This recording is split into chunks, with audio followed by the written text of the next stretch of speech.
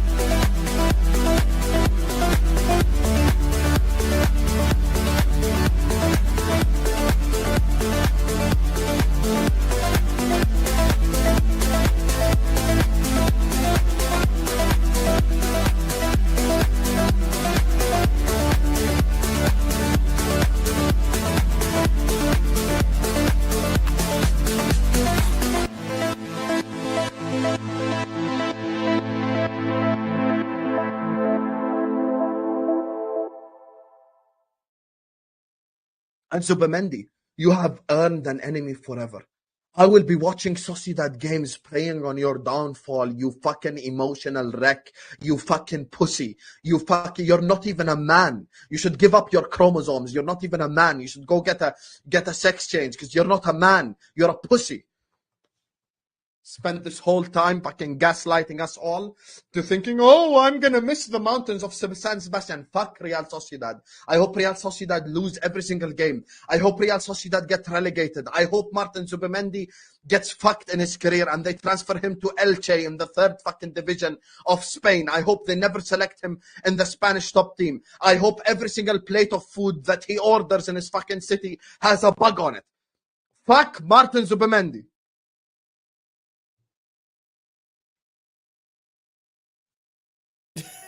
Bismillah ar-Rahman ar-Rahim. Hello people and welcome to Footy Judge Mo. Martin Zubimendi rejected Liverpool to join Arsenal, and I have people in my, I released a video this morning and I have people telling me he's overrated anyway, and the majority of them are Liverpool fans. But listen, Liverpool have McAllister, Liverpool have Gravenberch. There's a lot of people that saying Zubimendi hype, Zubimendi this, Zubimendi that. Chelsea have Caicedo, they have Enzo Fernandez, they have Lavia. Is Zubimendi better than them? And Man United have Ahmed Diallo, they have Ugarte, they have Bruno Fernandes. We'll talk about that as well. Liverpool play Arsenal tomorrow in a game that doesn't matter for anyone in the world. Even Arsenal and Liverpool fans, they don't care about it. But Chelsea play Newcastle after Man City dropped points today, right? After Man City dropped points today. We should be joined by vATOR. We should be joined by Dio. We should be joined by Mohamed Salah to talk about Arteta and the project, of course. So big up everybody that is here. 300 people in the house, and we just started the show, so hit that like button. We got a new guy. We got a new man on Footy Judge Mo, first time making his appearance. My man Couchcrtic is here, of course, with a massive recommendation coming from Don, of course. This guy, he's like, you're gonna love this guy. So he's here with us, of course. Honored to have you, my man, here with us. So big up. Yeah, respect, man. Thanks for having me, Judge Mo. Pleasure to be here. Let's get into the football, man. Yes, and we have Marshal making his second appearance on Footy Judge Mo. Casual EFC is here, of course. Marshal is here. So hit that like button. And of course, we got the big Jamie Phillips, of course, with all the Liverpool news and the calmest Liverpool fan out there. I think can I say this? You're the most logical Liverpool fan that I work with. Yeah. Sounds about right. Sounds about right. Yeah. And we got Ahmed with his team in a final of Europa League. Is about to have a better season than Arsenal. Of course, making Champions League and winning Europa League. Absolutely right. What is it? That's not a flex, Scullex. What does that mean? That's not a flex. It is definitely a flex. Jamie's here. Listen, big up. But listen, we gotta start. I don't know where to start now. We don't have the Man City guy. He's not here yet. The Arsenal people are not here. So should we start with Chelsea going to Newcastle tomorrow and how important the win should be? How are you guys viewing the Chelsea? Look at this. I haven't spoken to you two. How do you view the Chelsea season? Turbulent, man, up and down. I mean, when you look at how we started like a rocket, man. Just not without its trials and tribulations, but we were beating a lot of good teams. And then you get into the Christmas period, it kind of like subsided a bit, and also coincided with the injuries, right? And I really felt like if we would have come out of that period, that Christmas period, in and amongst it, we would have been in the race, like for the title. But the injuries, and then subsequently the bad form that came out of December into January just kind of like knocked us out, knocked the win. But if you look at the entirety of the year, though, you cannot say that Chelsea haven't been in and amongst top four the entire season. So, judging where we came from last year and where we are at this point this year, it's got to be looked at as a decent season, first season for Maresca. Very young squad, as we all know, one of the youngest in Europe, still trying to, cut their teeth at the highest level. But overall, I think it's been a somewhat successful season. It has to be done. We have to finish the job. Obviously, the Newcastle game tomorrow is going to be massive, but if we finish anywhere in the top five, it's got to be considered a good season for the club, considering where we are. Yeah, I mean, I can't agree more with Couchcrtic, considering this is phase 0.75, maybe 0.80 for Maresca, who might end up at the end of the season with a trophy over Arteta. I mean, phase 6 takes them, they're going into phase 6 and we're just about to finish phase 1 and we're already talking about potentially having some silverware here at Chelsea from Maresca. But considering, like Couchcrtic said, the beginning of the season, having a new manager, an inexperienced manager, on average, the youngest team in the Premier League, we went through a really, really, really bad patch of form. And I'd be lying if I said injuries didn't make a difference. I know people want to say, oh, but all teams have injuries and all that. That's true. Injuries do make a difference. Good managers also manage it, and experienced managers can also traject through it. My manager's inexperienced, so he's learning on the job. And considering that we spent the majority of this season in Champions League spots, only to fall off for like maybe 2 game weeks, 3 game weeks, and then come back into it. And now we're seeing the form, no coincidence because Lavia's back. Now we're seeing the form that you saw from Chelsea in the beginning of the season. I'm feeling very confident that Chelsea can get 3 points against Newcastle. I really am. Confident, yeah. Look at Ahmed. Jimmy's confident. Like, confianza, man. Yep. Because away at Newcastle? Yes. Yes. So I'm actually would you guys say if you get top 4, that's a good season for you lot then? Based on the standards of these new owners, because let's also put context into it. If we're no longer the team under Roman, that whole entire team, staff, the guy who was cutting the grass, the medical team, it's all been ripped out. Yeah, I'm not talking about like ownership. I'm just like looking at the trajectory these lot were going. I'm not saying they should have won every game. If you look at Chelsea from September to December, they were obviously doing well. Their attackers was linking up nicely. They were playing some good football. 2025, they fell off a cliff, and I'm seeing some recurring, the same mistakes that Maresca is doing. His inability to make subs at the right time. He was always making them late. You guys were like pretty much in and around second. I remember Madueke getting interviewed saying, "Are you in a title race?" And all of your players were downplaying it. Now, I'm not saying that Chelsea should have won this league yet, but they should have done a lot better than where they are currently. They should have got way more points. And And also, if you look at the quality they have, the reason why I'm saying it, if you look at it player for player, barring their centre backs, because that's the only, and their goalkeeper, those are the 3 areas I do not rate. Those are big. Those are big areas, though. Like those are those are big areas. Yeah, but those are big areas. Yeah, but you're not always going to have like the complete overall team in it. Yeah. What I'm saying is that your strengths are in the attack, and your strengths are also in the midfield. So the strengths that you have can override the weaknesses you have. So let's say if you're conceding goals, right, because of your defense, if you've got an elite attack and you maximize it consistently, then you don't have to worry. Look at Barcelona, for instance. Their defense ain't really, on smoke. But look at Chelsea. Their defense ain't on smoke either, yeah? But what Flick does with Barca is that he maximizes the plays and he gets them to play good football regardless throughout the whole season. Yes, he's a way better manager than Maresca, but I just believe that Maresca has not gotten the best out of this Chelsea team. And this season, I think, is average, even if you do win this Conference League, because you should be winning it regardless. That's honestly my opinion. Yeah, but I wasn't even. I'm not studying the Conference League. The Conference League is just like, you just put that with the rest. But if you get to the top 5, given the youth of this squad, one of the youngest teams in Europe, new manager coming up from the Championship, take into consideration that we had a lot of injuries to key players for a large stretch of the season. I mean, you can't overlook that stuff. And then as you say, we need a goaltender and we need 2 center backs. Liverpool had injuries. No. Hold on. Everyone banters Arsenal when they use injuries as an excuse.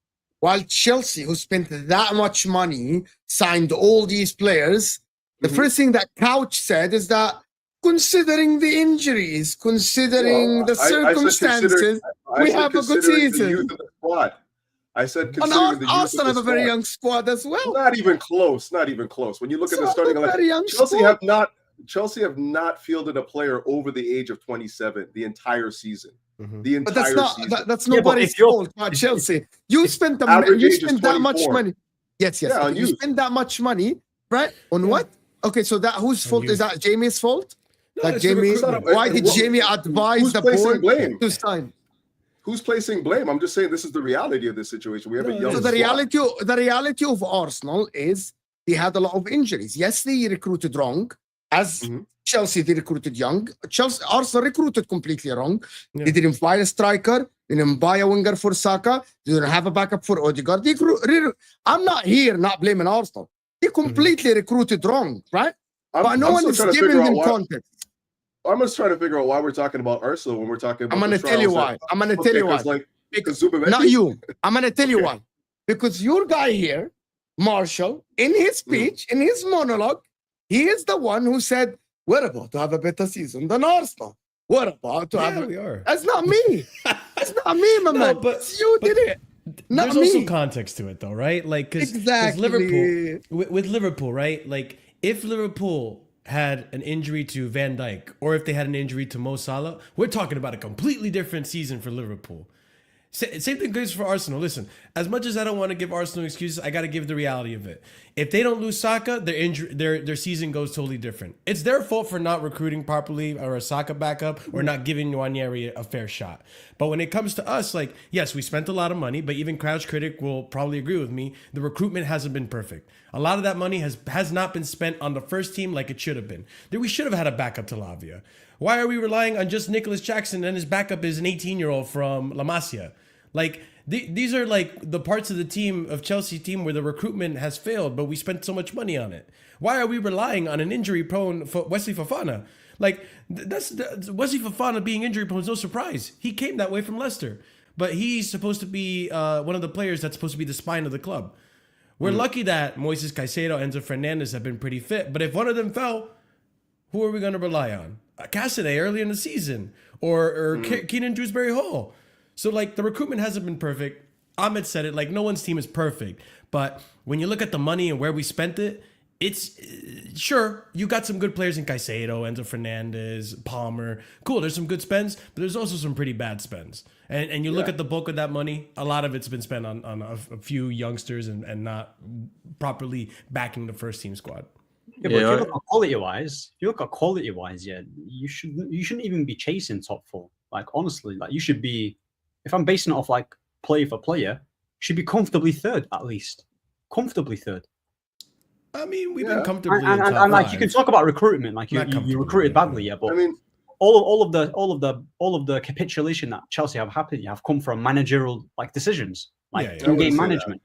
And your football is horrendous. Like speaking, I was actually, by the way, I was actually bigging up Maresca's football, like from September to December. But ever since then, yeah, it's just everything went flat. And like I looked at your whole attack. The minute your team went flat, yeah, your whole attack just didn't produce anything at the same time. So the reason why I look at it is that it's more of a man. You can talk about the recruitment, but I think if you guys had a more experienced manager who's more adaptable, yeah, and more flexible, you wouldn't be like just about fighting. Can I ask Jamie a question? Jamie, yeah, you won the league this season. Chelsea spent all that money. Do you think if Chelsea get top 5, they should be targeting at least challenge for the league next season? Yeah. Look, I think the reason Chelsea have struggled, because if you look at a lot of Chelsea's squad, everyone's just saying, yeah, they've got some very, very good players. They've got an exceptional midfield. On their day, it's arguably the best midfield in the league, if you want to say that. But they're missing the most important players in their squad. That gets you challenging. That's a goalkeeper, an extremely strong centre-back and a finisher. If they had this in their team right now, I think they would have challenged Arsenal this year as well. But do you think Maresca is the right man to do this? I don't know if Maresca's the right man because I don't know enough about him. I know when he was at Leicester, it's sort of like when he was at Leicester, I believe he started well and then he sort of finished poorly 100%. And then just brought it back towards the end. And if you look at Chelsea, he started fell off and then pulled it back at the end. So there is definitely something there with that manager because he's done it now in 2 different teams. So I'm not sure about Maresca. I don't know enough about him to be perfectly honest. I don't know how much control he has over transfers, who he has to say about. We know that's why Poch left because he wanted certain players. They're like, no, you get what you're given. And that's why they fell out. I actually think Chelsea would be in this position now. Pochettino was still in charge, perfectly honest. Because Chelsea's start of the season was good this year because how they ended it so well. So they just carried on from that trajectory. So I think if Chelsea go in the market and get an exceptional goalkeeper, a forward and a proper leader at the back, then with that midfield that they got, they will be trouble for everyone next season. But I'm just not sure Maresca. That's all it is. I'm just not sure of him. I think his ceiling is 5th. That's the ceiling, honestly.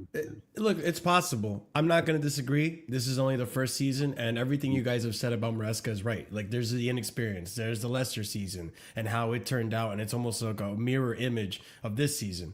But one thing that Ahmed said was about the football, and I don't disagree.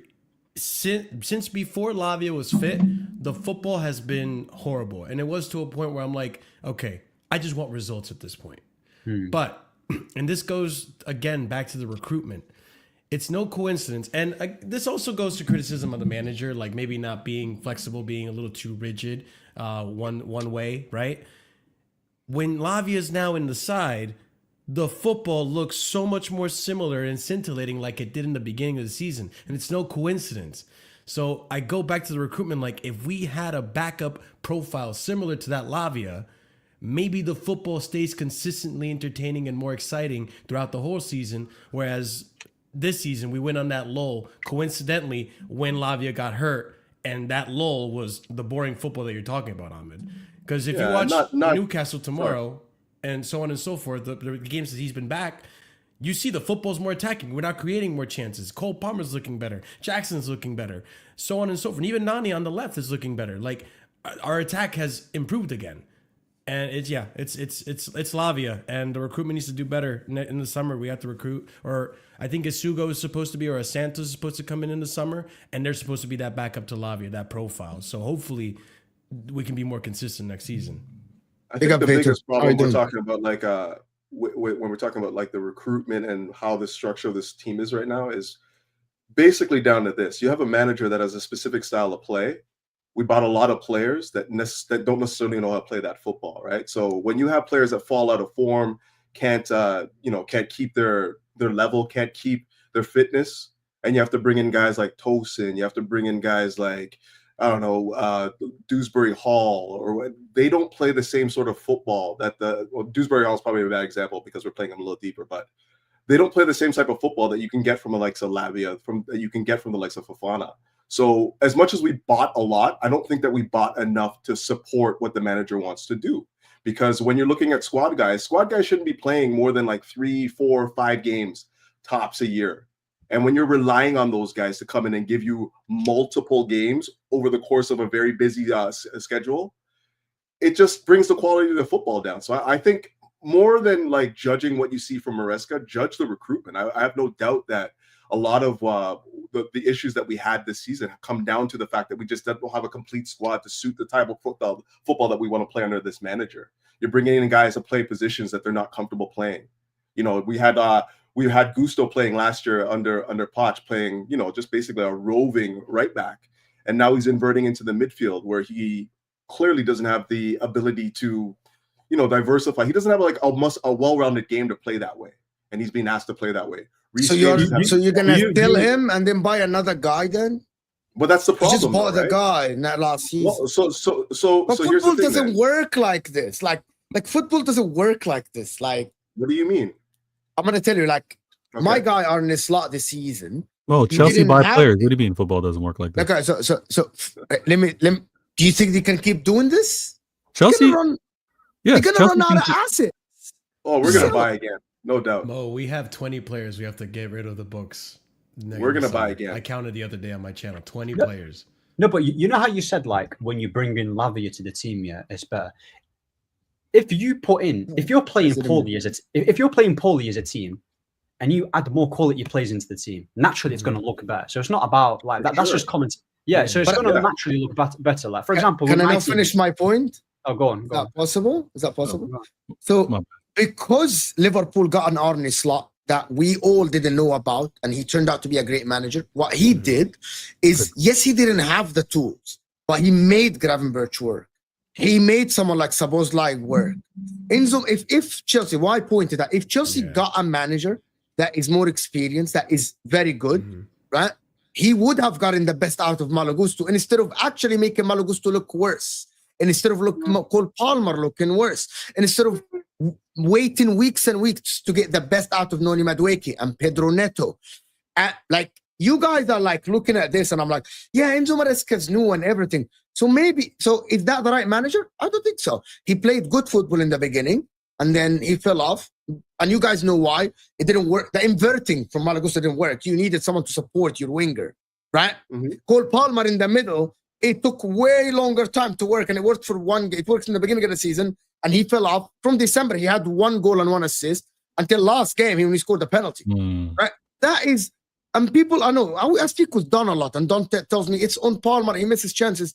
Okay, what about a change of scenery? What about him playing on the right side, coming from the right, inverting and shooting? That's something that the manager should try. Like Poch did last season. He played him half the. By the way, that's facts. Half the games he played in the middle, and half the games he played right side. And he performed in both because the opposition didn't know how to approach Chelsea. Enzo Maresca kept insisting, bro, the guy inverted Reece James, and it didn't work. It still didn't work. So he's so rigid in the way he plays, and it might not work. Who says that Chelsea are going to go and get another right back that will work with inverting? Who says that Caicedo's happy playing right back? Caicedo might want to play in the middle, right? Might be want to be partnering Lavia. These are the things. And Arne Slot worked with what he has. Bro, Arne Slot made people work. Yeah, but you keep comparing like Chelsea to other teams. Like Liverpool is a settled side. They've been playing at this level of football for a number of years. No, they weren't. When Arne Slot comes in, he's basically working with a team that is already assembled. He just has to basically pull strings here and there. He's not putting together a complete. So you don't think that like they have I'm going to tell you. I'm going to answer this. This notion that people ran in the beginning of the season that Liverpool are settled. Liverpool are settled defensively, goalkeeper-wise, and Mohamed Salah. Right? Yep. There are 5 positions in this team, which is half the team, that were unsettled and they are not good. McAllister, people said he's not good enough to win league titles last season. Szoboszlai, they said that he should be out. Like, when we're judging him, I'm talking, Jamie can correct me if I'm wrong. McAllister was a good player, but he ain't Fabinho, he ain't Wijnaldum. A lot of people said he's good, but he's not amazing. They never had a DM. They basically they started the season before season kicks off, right? They had no striker that they can count on. Left winger, very questionable between Diaz and Gakpo. People said that Gakpo was a bench player. They had no DM, no attacking midfield, which is still they don't have an attacking midfield. So 5 positions that actually not settled. Salah is settled, Van Dijk settled, the back line and the goalkeeper. But that's the heart of the team. That's the bedrock of the team, though. The most, but hold on. The most important part of a team is the midfield. The midfield is not settled. He made it work.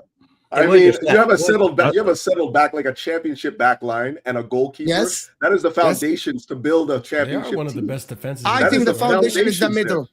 I think the foundation is the middle. I mean, yes, a solid midfield can definitely go a long way. But do you know what my proof is? Do you know what my proof is? Couch, right? Can I tell? Do you know what my proof is? When Lavia came back and Chelsea midfield looked settled, Chelsea looked 10 times better. That tells me that the attack and the back line are good. Arsenal this season. Back line? Let me tell Chelsea's back line? No. Hold on. Okay. No. Let me finish. Arsenal's back line is amazing. What did Arsenal achieve? Nothing. Second place. Nothing. Do you know what Don keeps sending me? And people in the chat, I can share the screen. Arsenal's midfield is the weakest in the league offensively. The weakest, 0, below Southampton. Below Southampton in creativity in the middle. And we all grew up. We're all old enough. We're all old enough to know that the midfield is the most important part of your game. You can have a good winger. You can't win without a good midfield. Arne Slot came in with a DM that, by the way, the 3 of these midfielders, people that say that settled, were bought last season. They started all their games. All of them were not actually like amazing last season. McAllister, as I said, I mentioned that before. Yeah. Chelsea is the proof. When Lavia's fit, you look great. You look much better. I mean, we're still not settled defensively though. Like I said, I think that a championship team has a settled back line without doubt. How many players have we had coming in and out of the lineup for a multitude of injuries or whatever reasons, right? And then not only that, like, yes, of course, Lavia is going to help how we play football. Like if we're building from the back and, you know, your first phase of the build-up phase is Lavia, press resistance, ball possession, all that stuff.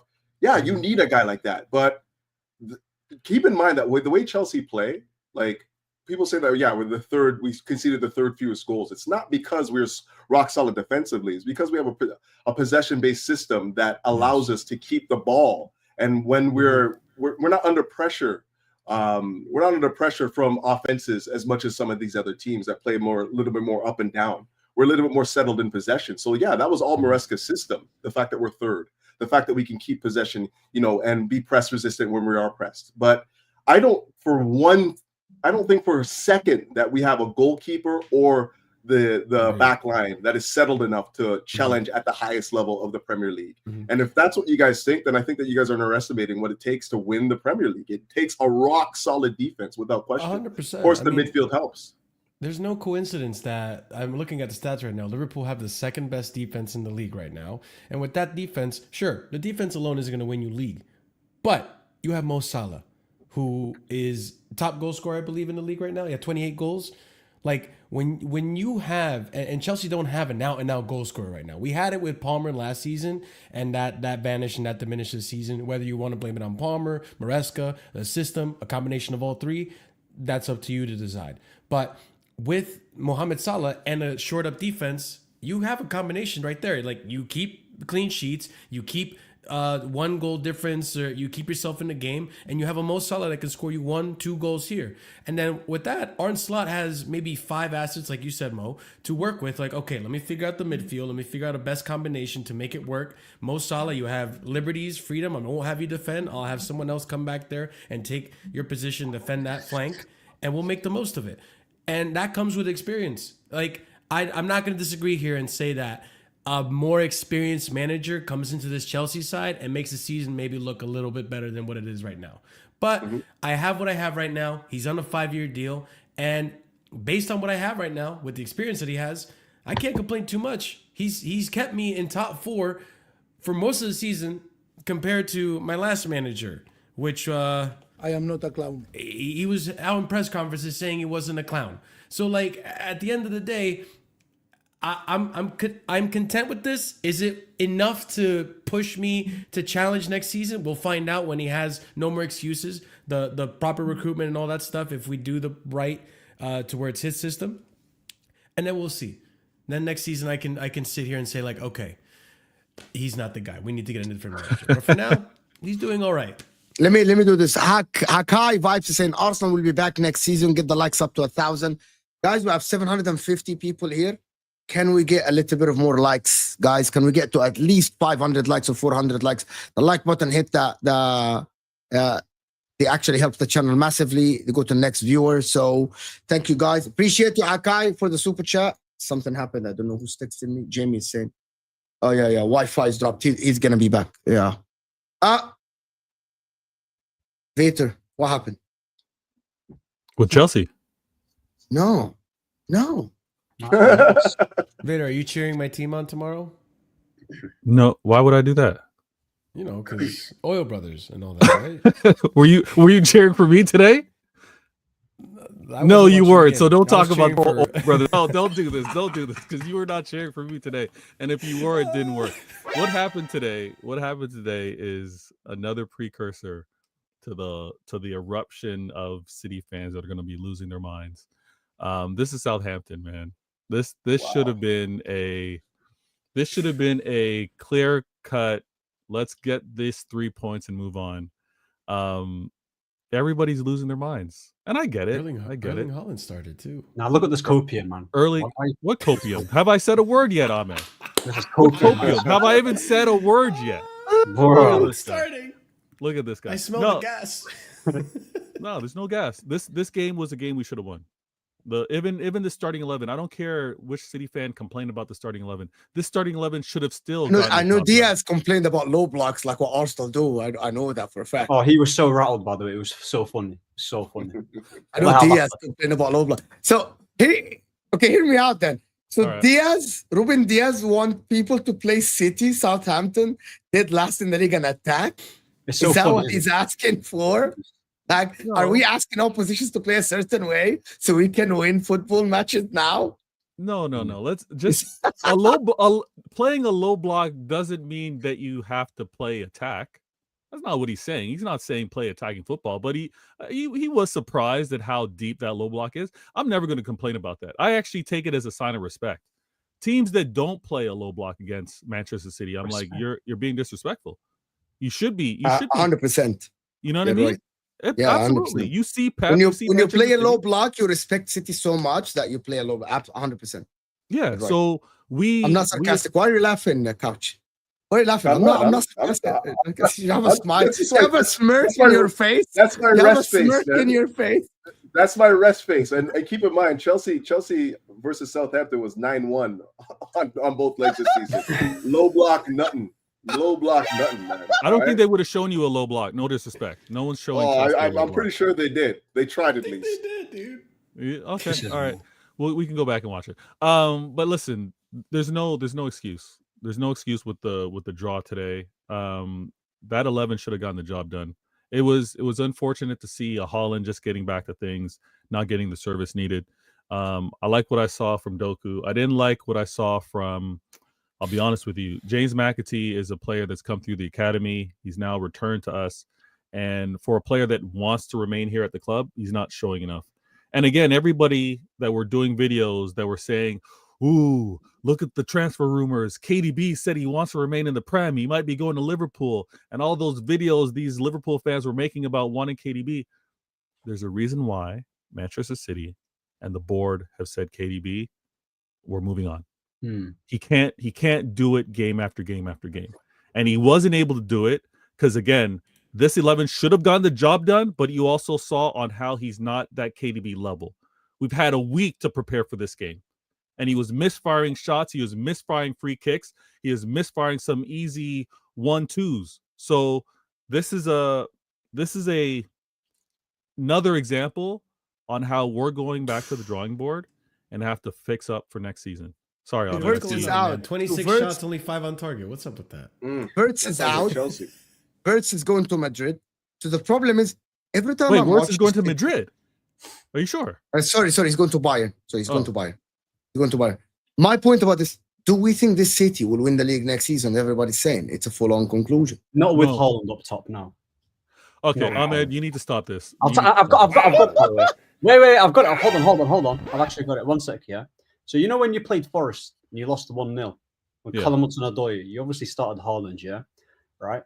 And then if you follow on the games, you beat Leicester 2-0, and that was with Marmoush starting. You went and beat Haaland was Palace hurt. 5-2. That was with Marmoush starting. You went and played Everton, and you won 2-0. Marmoush started. And then Villa, you beat them. Marmoush didn't play. KDB played up top. You beat them 2-1. You played Forest again in the FA Cup. Grealish and Lewis played as a 2. You beat them 2-0. Bro, you guys play better football and you get better results without having this out-and-out number 9 that everyone wants. Honestly speaking. No, The Centurions, by the way. Who was your striker in the Centurions? he wasn't on the team when we were Centurions. No, forget about Haaland. But who was your striker in the Centurions? We had Aguero. Is he a guy who's just Aguero and Haaland in the same sentence? Are we crazy? Come on, exactly, bro. No. They had Aguero. They had Aguero who could do everything, so he wasn't just reliant on service. So you guys, treble is not that. Okay, Ahmed. Bro, the results prove it as well. And No, the window that you picked, yes, the results prove it. But ask these Chelsea mans whether they like the win we got over them with Haaland starting, because he did play. And he got goals. Why do we got to go all the way back there? Because you guys were quiet when he was running his agenda, so I got to bring you guys involved. By the way, guys, the one that has a soundboard is not me. It's Marshall, because Marshall. No, but like you guys have won. I'm just letting people know. Marshall has a soundboard and he's used. Yes. But you've won. My hands are right here. I'm fucking eating skills, so I'm. Bro, you've won 5 games out of your 6 without him, and now you drop points when he's like, come on now. Do you need a bigger sample size? Ahmed, that's so lazy. Are we being serious? Are we entertaining this? Ahmed, I've always asked this question, and people laugh when I ask the question. I'm going to ask you one more time. If you take away the goals, is Haaland a better player than Andy Carroll? And no one has ever answered that question for me. Wait. Hold on. If you take goals, that's like the most important. They beat Palace. Is he a better player than Andy Carroll? Listen, if you take away, that's such a weird thing to say. If you take away like Usain Bolt's legs, they beat Palace. Hold on, listen. No, stop this. This. Olu, if I take away your voice, are you a better panelist than Ahmed? Yes, my wonderful good looks. But I'm just saying. I mean, it's just. Is he a better player than Andy Carroll? I mean, bro, I'm saying, you know what it is? People don't understand. They beat Palace 5-2 without Haaland. Yeah, this always the goals are going to come from. The goals are going. Man City have never relied on purely who's just going to get the goals. Yes, Haaland bagged and he broke their record. That's fine. What to do? Yeah, we're talking about in general. What to do? It is what to do, bro. Well done, by the way. Well done. Accomplishment. What to do, bro? Like, yeah, we're talking about this season. Yeah. Marmoush is never going to get the same amount of volume of goals as a Haaland, but you guys will probably win more games with him in your team, and you'll probably play better, and you won't be as predictable. Haaland. You know what's Haaland's always going to bag you. Haaland's always going to bag you. You know what's going to happen. Hold on, Marshall. 1 second. You're gonna... Okay, good. No, but can I ask him a question, guys? Can I ask him a question? I just need to respond to Ahmed, please. But before, it's a yes or no question. Wallahi, it's a yes or no question. Ahmed, think if Arsenal had Haaland this season instead of Havertz and Jesus, do you think it would be better? No. Okay. No. Ahmed, you're gonna be right for 80% of what you're saying. Do you think instead of Jackson this season? Wait, are you saying? I'm gonna do another team. Yeah, go on. Chelsea has Haaland this season instead of Jackson up top. No. If Chelsea will be higher on the table. It's a yes or no question. If Chelsea have Haaland, like they probably will score more goals. Yeah, they'll score more goals. The goals are like the aim of this game. No. Because with Haaland, because with goals away, footy. No. But what I'm saying is, listen. Jackson, will do more. Jackson will do more for that Chelsea team than Haaland. Haaland is probably going to be more clinical. If you take out Haaland's goals, he's going to be. It's like playing with 10 men. So if you're going to talk about, is Haaland a better striker than Jackson, Jesus, and Havertz? Yes, but will Haaland make them better teams? I don't think so. Overall. I always ask that question. I asked that question, but I said I need vATOR to respond. Wait. I want to answer that. I asked that question, but I said as a joke. The reason why I say that is because when you hear Man City fans and people criticize Haaland, they always say the team doesn't play to his Haaland's strength, right? Which is why he's not performing. Which then makes me think, well, are you playing with 10 men if he's been playing well, right? And the reason why I use Andy Carroll comparison, and again, Haaland is a far better player than Andy Carroll. It's a joke I always just say to sort of rattle off a conversation piece. But if you watch like what Andy Carroll used to do in terms of just bringing players in, never used to score that many goals, or just being a focal point. The question that becomes is Haaland, like, do you have to always play to his strengths to get the best out of him? Or do you just have a man who's on the pitch, and if he's not doing what he's meant to be doing, then actually you're playing 10 men. There is a spot-on comment right here. There is a spot-on comment right here that someone sent. Let me get that comment. My man here is saying the one you need to ask is Newcastle would be higher with Haaland. Higher in the table, bro. Isaac's better. Yeah, Isaac is definitely better than Haaland. Why would the question be whether it would be? Because Isaac is a number 9 that can do more than just score goals. He can do more. He can offer you the output that Haaland's getting and contribute to the team's build-up. No, okay, you guys can have your criticism of Haaland. All right, I don't think he's a phenomenal goal scorer. No one's cussing him out, by the way. Can you sell Haaland to Inter? vATOR? I would love Haaland. Yeah, exactly. That's why I find it. But Mo, you're gonna get the big moments though. Olu likes to Inter style of play. Olu likes to drop the jokes, and it's all fine. It makes me laugh. It makes me chuckle here. And then Ahmed with his perspective with regards to with regards to Haaland and what he can do or can't do. That's fine. You guys can all look to who's the more complete footballer. That's fine. I need this player at my club. And I've had the complete footballer before. Pep has had these players before. Pep has had what you would want to quote unquote, had the better footballer in the 9 position, whether it's playing false 9 or not. But there's a reason why, until what we're seeing from Salah this season, no one has done what Haaland's done, right? Breaking that goal scoring record. And it wasn't just goal scoring. Go back and see what his assist tally was as well, because he was doing it on both ends of the pitch. Now, I think his first game back, you saw the rush. You saw the players trying to feed a little too much into him. And I don't know whether you watched the full 90. I happen to do as a City fan, of course. We wasted a lot of far post balls that went right out of bounds. Like they weren't even getting to another player to continue on with the possession. So I think we were a little off. We should not have drawn to Southampton, regardless of having Haaland on that pitch or not. And this is one of those results where I'm like, we're not good. We are not a good team. And the run that we've been on, and this is why Ahmed's so shameless. He wants to put on the run that we've been on, obviously with Haaland out with the ankle injury, and the first game back we dropped points to say the problem's Haaland. The problem's way more than Haaland. We've had this discussion before. I said you play better. I said you play better without him. I never said your whole purpose on why you've capitulated this season has been on Haaland. No. I didn't say the whole season. I didn't say anything. You pointed out the games that we've won and the game that we just lost, and that's what I'm emphasizing. I did not say capitulate the entire season. I pointed out pointing out this game with us. But the results do prove it, though. When you do, it's a one-game sample. Yes, you're right. No, you're right. January this one-game sample. December You're and right. January, you had Haaland. That's when you went on your 1-win-11 run. Like. He's not totally wrong either. No. That's what I'm saying. Did I say that Haaland's a scrub? Hold on, Marshall. I did say he's a scrub. He's not totally wrong because the problem is Haaland. Bigger than Haaland. I don't think the problem is here's the That's thing. what he's presenting though, and you're ignoring. I think it's a combination, because one thing that I criticize Pep for is that he is very, very, very stubborn in terms of the way he wants to play. Like I think Ahmed, the conversation somewhere else. We were talking about Haaland, and he made the point. I'll get to Haaland. I'll get to Haaland because the thing is, like, one thing that I remember about Haaland when he was at Dortmund is that he had more to his game than just scoring. Like, he could be a player that in transition, in a counterattack, he can just outmuscle most defenders and get one-on-one with a goalkeeper and score. That is not something we see with City anymore, or at least with this version of Haaland anymore. He's eliminated that part to his game and almost made him like a target 9 type of striker, which you could play him that way if you want, but I think he prefers ball to feet. He doesn't prefer crosses into the box. I think he wants to run at the defenders instead of just wait for the ball and the right opportunity in the box and score that way. Like, there's ways to get the most out of Haaland, but because Pep wants to play this type of football and this type of football, I think there's things that are taken away from him. Can I ask a question then? Could there be a possibility that actually the Premier League has made him change the way he has to play? Right? Because sometimes we always say, like, what Pep wants the player to play, or what manager. That's too intelligent, Olu. I'm just saying that's too intelligent of a point. My bad. We're going to compare Bundesliga and Dortmund and how teams defended against Dortmund to how teams are also going to defend against. All right, I'll go back to Panther.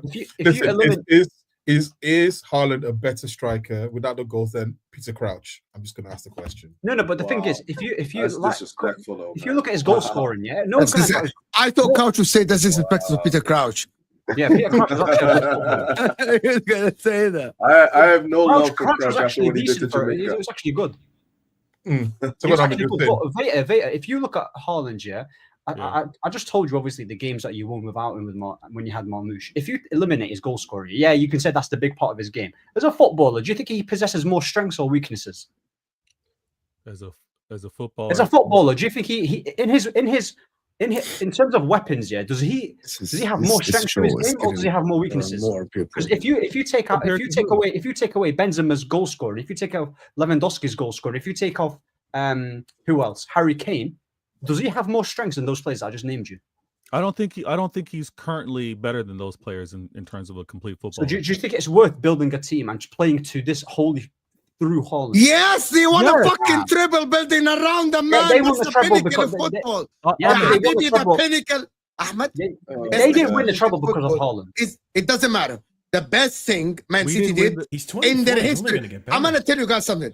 The best thing that Man City did in their history is get Pep next, buy Erling Haaland, because literally they finished football.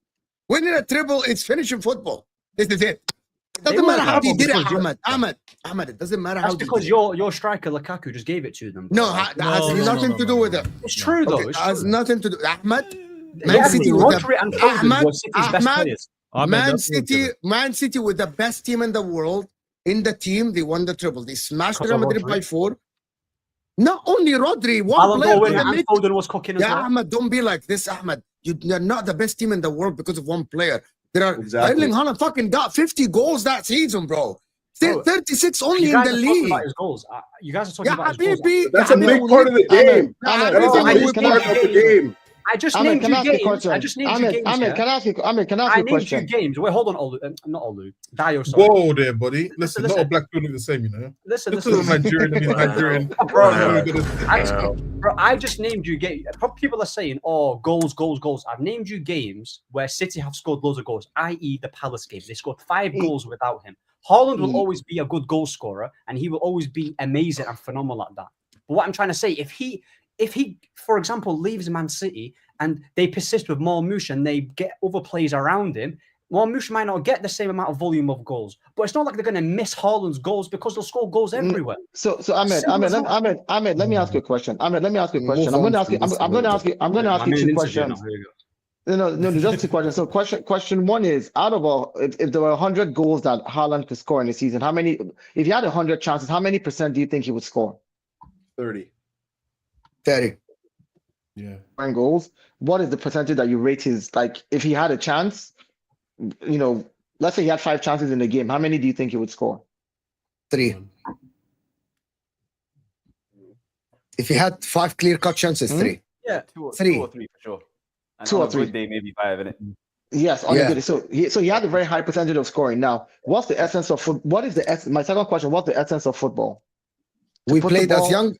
We are younger. When I played in the street, it's like who scores more goals. It wasn't about yeah, exactly. It's not the guy that is the guy that like presses the ball and like makes the whole system work. It's about scoring goals to win the game. So here's the reason I asked this question. The reason I asked those questions one at a time. Can I finish? I just want to quickly say finish this. real quick? Okay. Yeah, sure. Go ahead.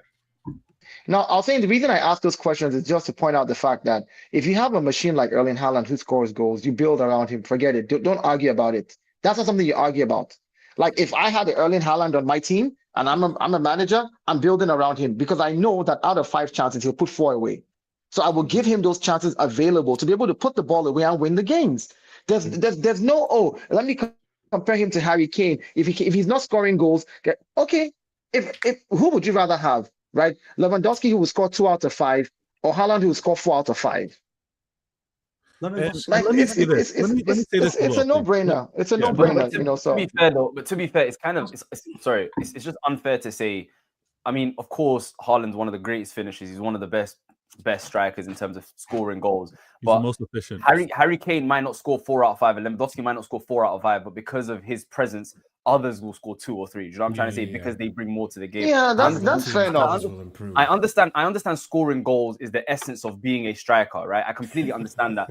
But strikers play in different, like for example, Olivier Giroud was never an unbelievable goal scorer, but because of Olivier Giroud, so many others scored goals. France won a World Cup with Olivier Giroud not scoring I don't think he had a shot on target in that World Cup, but he allowed Griezmann to shine. He allowed Mbappe to shine. So I agree.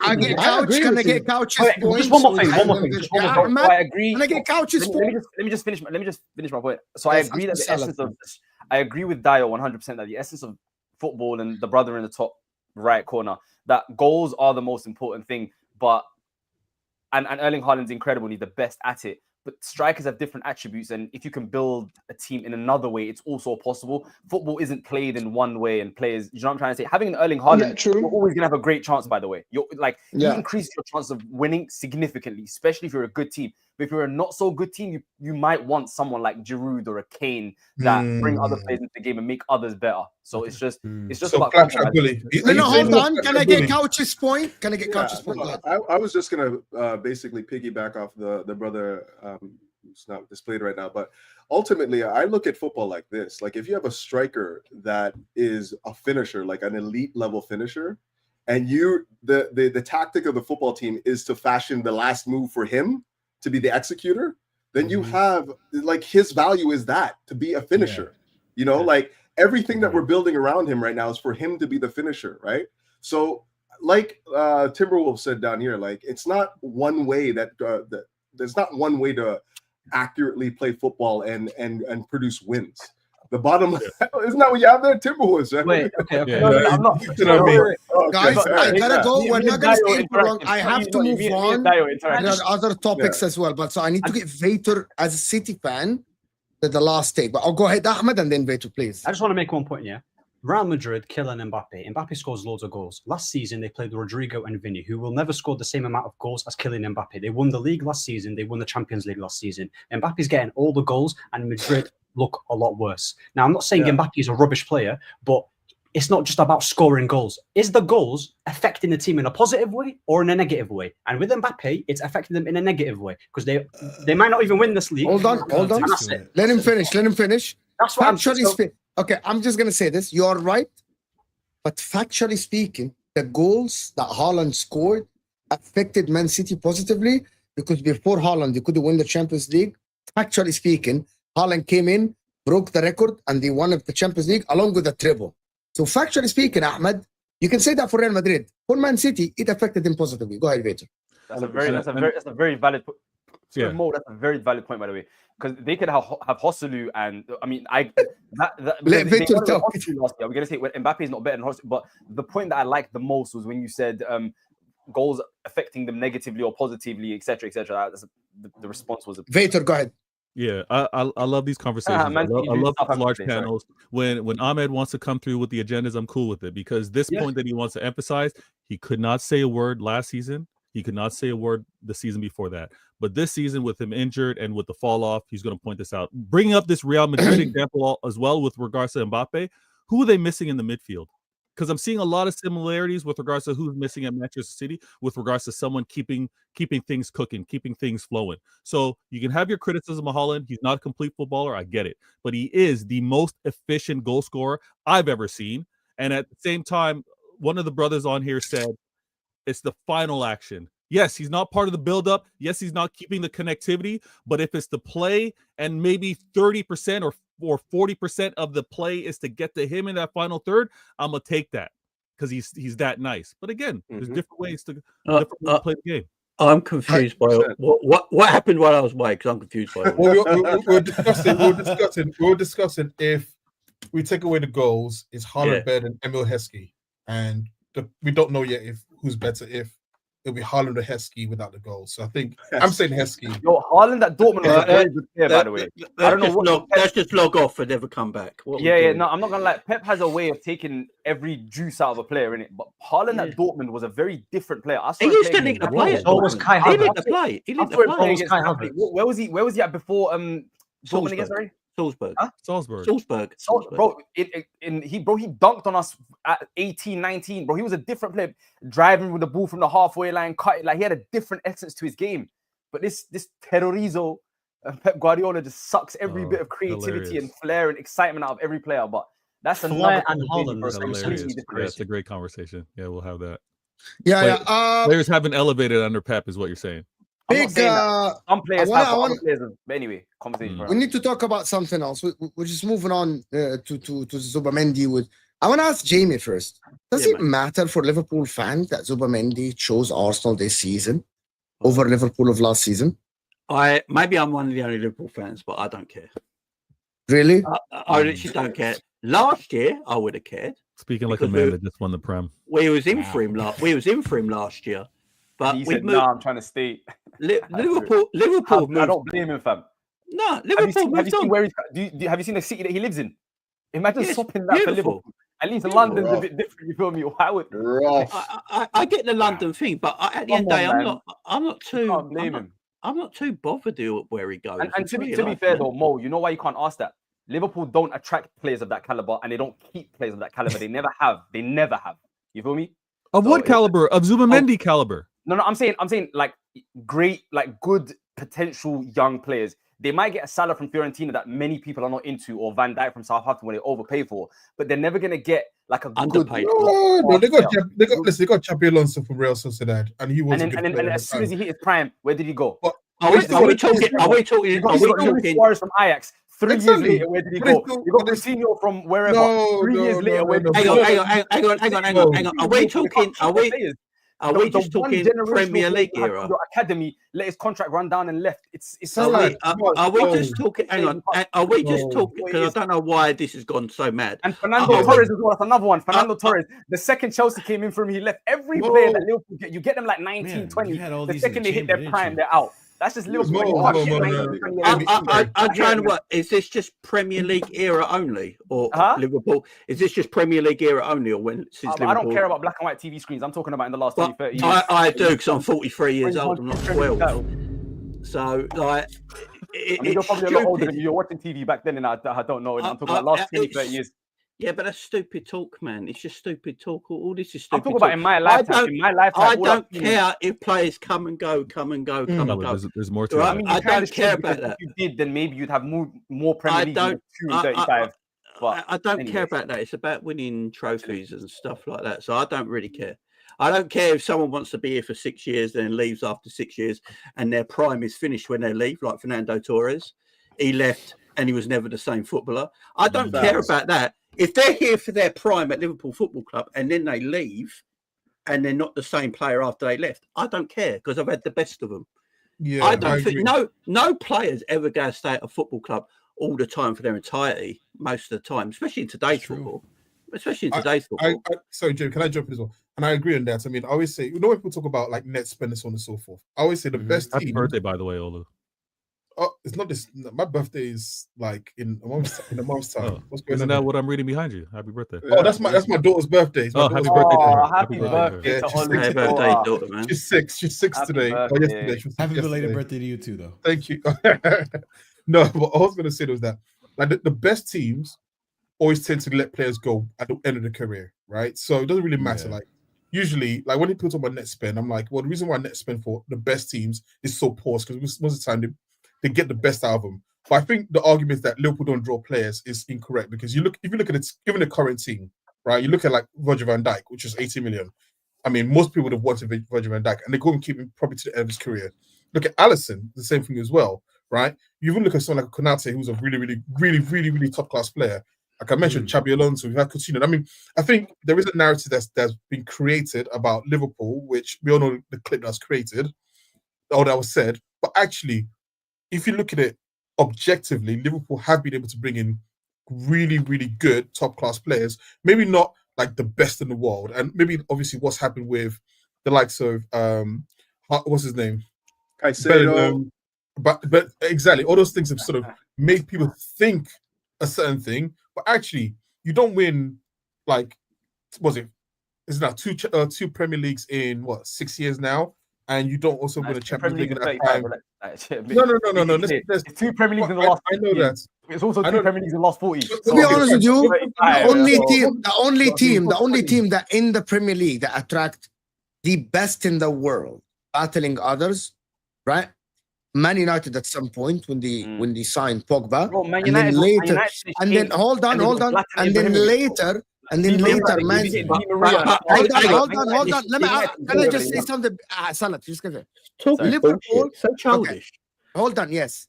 I actually think Liverpool have got Suarez, when he at that time was one of the best strikers in the world. He was in a similar profile than Haaland, because Haaland was playing at Dortmund. He was highly sought by a lot of people. Luis Suarez, everyone in the world wanted Luis Suarez, and he chose Liverpool at that time to go to. But in terms of like a superstar that is like a Ballon d'Or contender and stuff like this, I don't think any team in the Premier League signed these players. Like, no Premier League team will go sign Mbappe, for example, and Neymar from Barcelona. Nobody. I need one name. Maybe someone remind me. By the way, even Ozil was moved away from Real Madrid, and you guys know that. He was still the best. He was still one of the best. Hold on. There is a difference. Hold on. There is a difference between everyone wanted Ozil and Real Madrid were ready to get rid of Ozil, and Arsenal came on and just, we'll sign Ozil. Fine. Yes, you got a superstar. You don't get my point. No team in the Premier League, signed the players that are like now. For example, Man City even tried with Wirtz, for example, and even though Wirtz is not a superstar, by the way, he chose Bayern to stay in Germany and stuff like this. Okay, let me go back in time. Tell me, maybe I forgot. Michael Ballack joined Chelsea, and he was a superstar at the time. And teams wanted Michael Ballack. Okay, so that's a name. I think we're talking about now, though. Andriy Shevchenko. No. He talked about over time. Andriy Shevchenko went from AC Milan to Chelsea, and at the time, people thought that actually he was still a world-class player. Obviously, he fell off a cliff. Fernando Torres is another one who teams wanted at the time, went from Atletico Madrid to Liverpool. And again, remember, he was the youngest Atletico Madrid captain at the time. Like, we've seen, there's evidence of players who have moved. Yeah, but we could really say that's a different time, though. Wait, sorry, no. Okay, fine. Even closer. Kun Aguero was a sort of striker at Atletico Madrid and went to Man City. So actually, the Premier League has brought in world-class players. It's just that sometimes we look at things through... No, I'm saying lately, like Man City at that time were like, Robinho, let's get Robinho. Aguero, let's get Aguero. You know what I mean? Like, at that time, they were trying to buy the big names for people to start buying the shirts, to know the club. Who are the big names? Again, I think same story, Di Maria going to Man United. Di Maria, Real Madrid were willing to let Di Maria go. They didn't force him. They didn't lure him. Said, "Oh, Man United, come to Man United." You know when I started. You know the drill. You know the drill. Do you know what part of your point I agree with? What's going on? When Jude Bellingham chose to go to an English player, and Jude Bellingham chose to go to Real Madrid, that's when I was like, yo, England just can't attract these elite players. Not like Real Madrid, man. I understand. No, but he's English though. Like, rarely do English players go to. I mean, I somewhat agree with a minute. Like, England. When was the last time England had like an elite Ballon d'Or level player? Let me say something. Wait. If we take out Real Madrid and we take out Barcelona as outliers, right? We just say those two are outliers. In fact, most just Real Madrid as an outlier, i.e., they seem to get any player they want within reason. Barcelona create their own.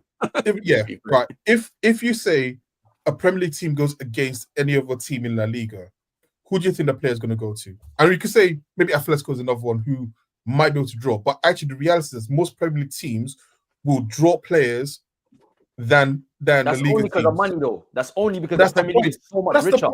But that's also why Madrid draws players. Madrid draws them not only because of their club, but because they pay big money too. Madrid is one club that will pay what it costs. Like, they're willing to pay 200, 300 million for a player. So if you're going to say it's because of money that they're coming to the Prem, it's also because of money that they're going to Madrid. And that's just the outlier. Madrid. That's just like knock down from the Galacticos. The thing is, you know, Trent's actually taking less money than what Liverpool offered him, from what I read. Like, he's not even obviously going to sign. He's going to sign a hefty signing bonus. Because that's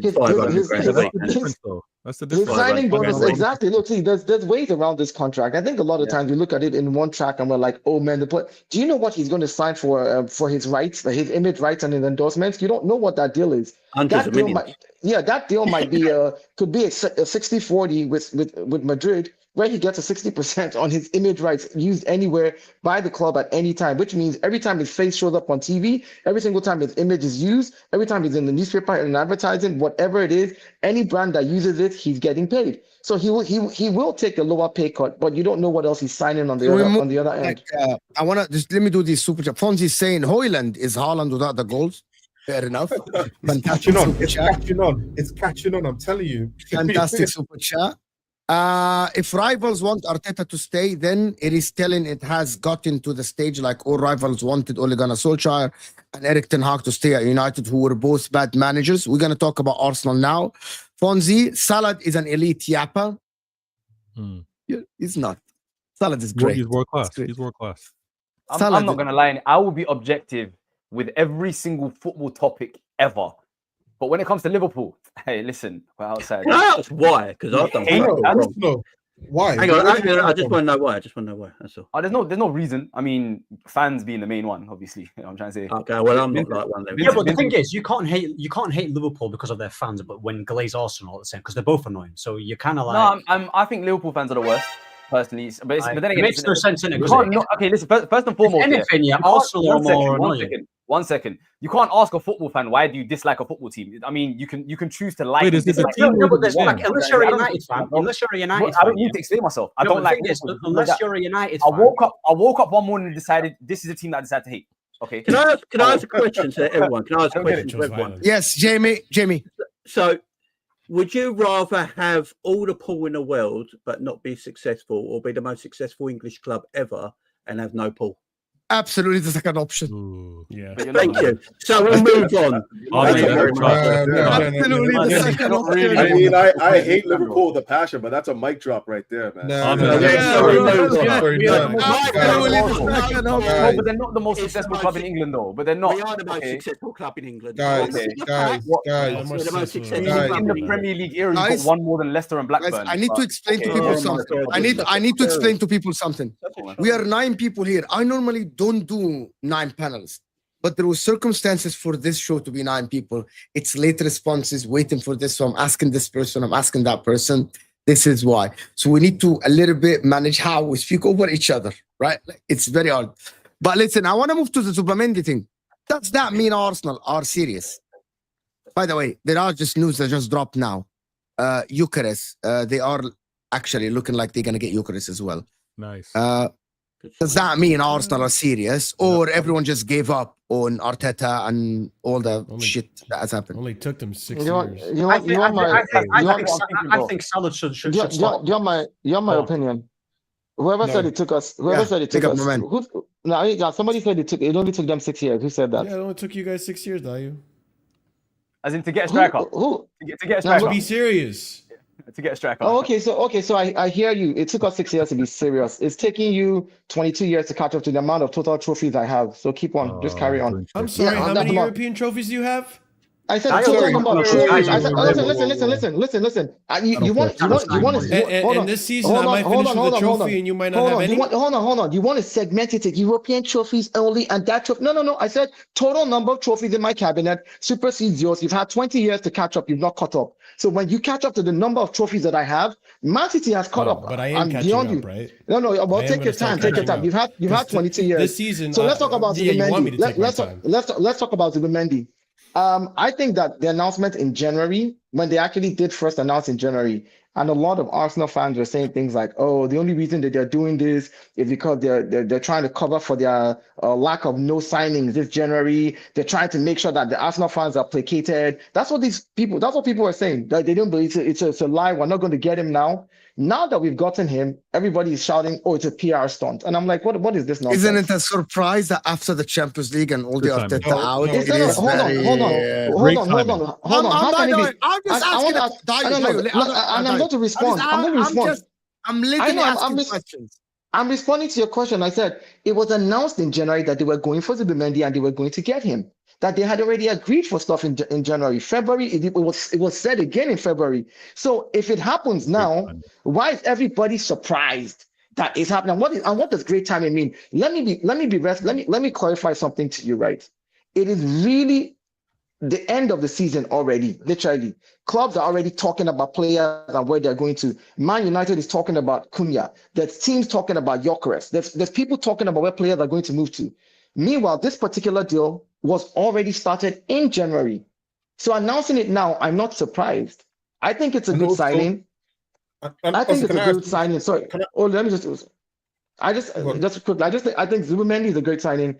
I think that if we move Jorginho on, if we can keep Thomas Partey, have a Zubimendi, then we can know that midfield area is a little bit more sure up right now. And I think the next thing Arsenal needs to do is just go get a striker and a winger. I think in defense, fingers crossed, if the rest of the guys who keep getting injured are fit next season, we go again. So I was going to say as well, I was going to say this as well. Like, so everyone always says the PR thing, and here's what there's three parties involved in this, right? We also say that there's Arsenal and there's Zubimendi. That news could come from any of those three parties. It's not just Arsenal, right? No, so Real. Okay, can I just correct something? Real Sociedad have no say in this. It's a release clause. You can pay to the Spanish Federation. So here's my point. You're missing my point. Information came from. So when the information comes from, who said yes? He's not saying they haven't. He's not saying exactly. And also, and that's the second point. And you just made the second point I was going to make. It's a release clause, which means that, they have to inform the La Liga that actually we're paying the release clause. So at that point, the news is out of your hands. So whoever leaks it, whoever comes from Arsenal, listen, if Arsenal done a PR, it's likely they've put an embargo on it. And they said, if we're going to do it this Saturday, tell the press, regardless of the results, whether Arsenal win or lose, come out with the news. Or it could be that actually the news has been caught that actually Arsenal going to do the release clause, and someone said, right, let's go to press because we know this information. This is where sometimes I don't like this conversation because we don't know the inner workings. Can I just add on to that real quick? Let me finish. We don't know the inner workings of a club, right? We don't know how the press works. We don't know anything. We look at coincidence. So we look at something that's a coincidence and say it's correlation. Oh, sorry. We look at correlation and we say it's causation. We look at coincidence and go, this is what's happening. We don't really know, right?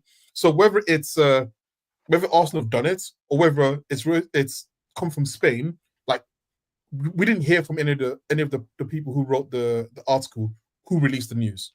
We just know the news is coming out. So there's a probability that and traditionally Arsenal don't talk about transfers at all.